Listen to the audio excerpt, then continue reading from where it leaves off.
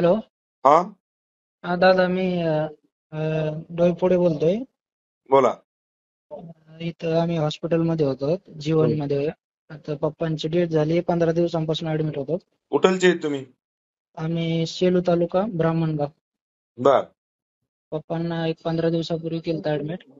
हम्म तर आतापर्यंत 6-7 लाख रुपये भरले आम्ही. हम्म तर आता ते डेथ म्हणून घोषित केलं त्यांनी. अगोदर काहीच सांगितलं नाही. अगोदर म्हटले होणार आहे रिकव्हर होणार आहे. हम्म तर सध्या त्यांनी डेथ म्हणून घोषित केले. सकाळी म्हटले जास्त झालं, आणि आता हा आम्हाला कळलं की डेथ झाली. अच्छा. हा. आता किती पैसे बाकी आहेत? आता 1.5 लाख रुपये बाकी आहेत. तर बॉडी काय सोडत नाहीयेत. तुम्ही आतापर्यंत किती दिले पैसे? आतापर्यंत 6-6.5 लाख रुपये दिलेत त्यांना. मेडिकलचे हॉस्पिटलचे किती दिले?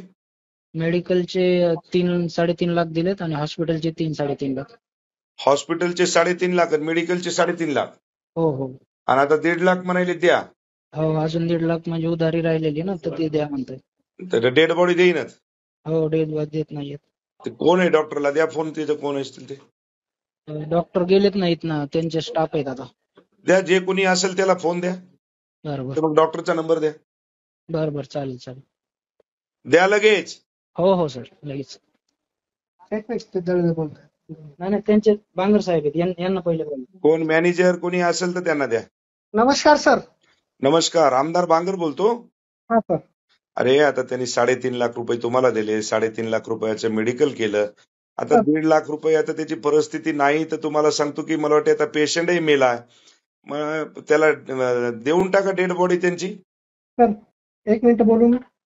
हा बोला. त्यांचं फार्मसीचं बिल आहे टोटल 2,29,000. हा ते ऑलरेडी डिस्काउंटेड बिल आहे. बरं. त्याच्यापैकी 2,29,000. हा त्याच्यापैकी 1,55 त्यांनी भरलेले आहेत, बरं आणि त्यांचे 74 बाकी आहेत. बर.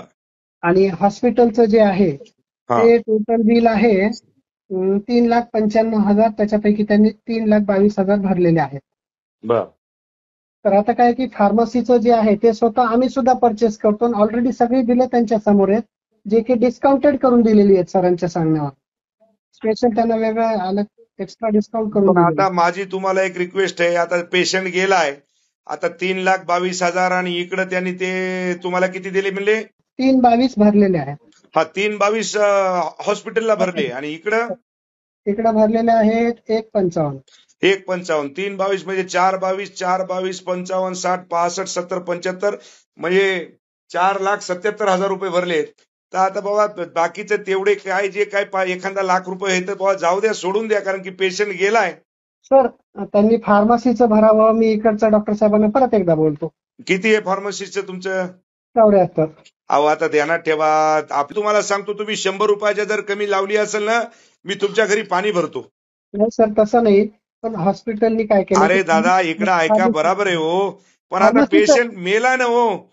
आता ते काय त्याला तुम्हाला सांगतो ते, आता तुम्ही तिकडे म्हणता ते बाकीचे मी माफ करतो, हे फार्मसीचे माझी रिक्वेस्ट आहे बाबा, तेवढं माफ करा. करा तेवढं, द्या ते पेशंट सोडून.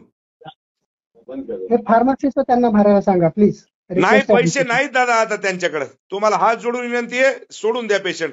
आता मेल्याच्या नंतर आता इतके पैसे दिले ना हो, 3,22,000 दवाखान्याचे दिले, तुमचे दिले 70-80 हजार रुपये.